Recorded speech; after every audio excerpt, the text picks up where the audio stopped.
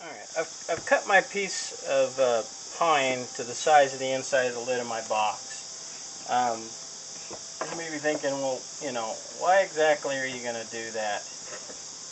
Essentially what I'm going to do is create a platform inside the box, and when I cut this ring out, what I'm going to do is then take a router and then I'm going to cut a rabbet in that piece of plywood, and we'll go through this step to create a platform inside the plywood, or in the pine, or again you can use plywood for the cone to then set down inside of. And that piece of wood will be just the right depth when I cut my rabbet so that it will set down inside the box. My cone will set down inside there.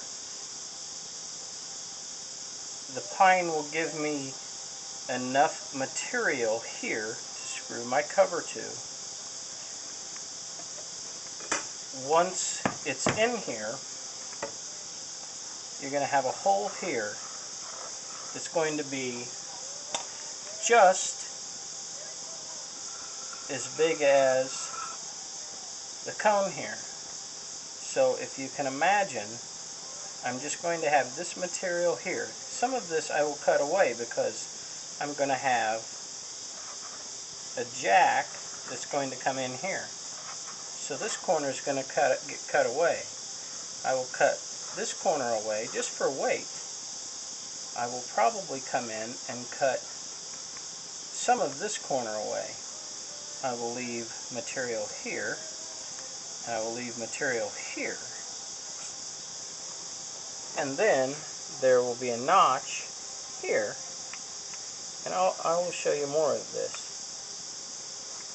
There'll be a notch here to let my neck set down inside. Then, once that is all set in there, there will be a heel that will come in and go the remainder of my box all the way in through the back of my box and close in, so that I will have a neck through supporting my neck all the way through the box, a cone in, and then this will be in to support my cone.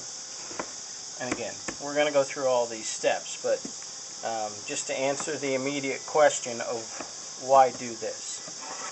So now that we have our pine in place, the size of our lid, what I'm going to do, I put our pilot hole in there. Now I know exactly where that center point is, again, in my piece of pine.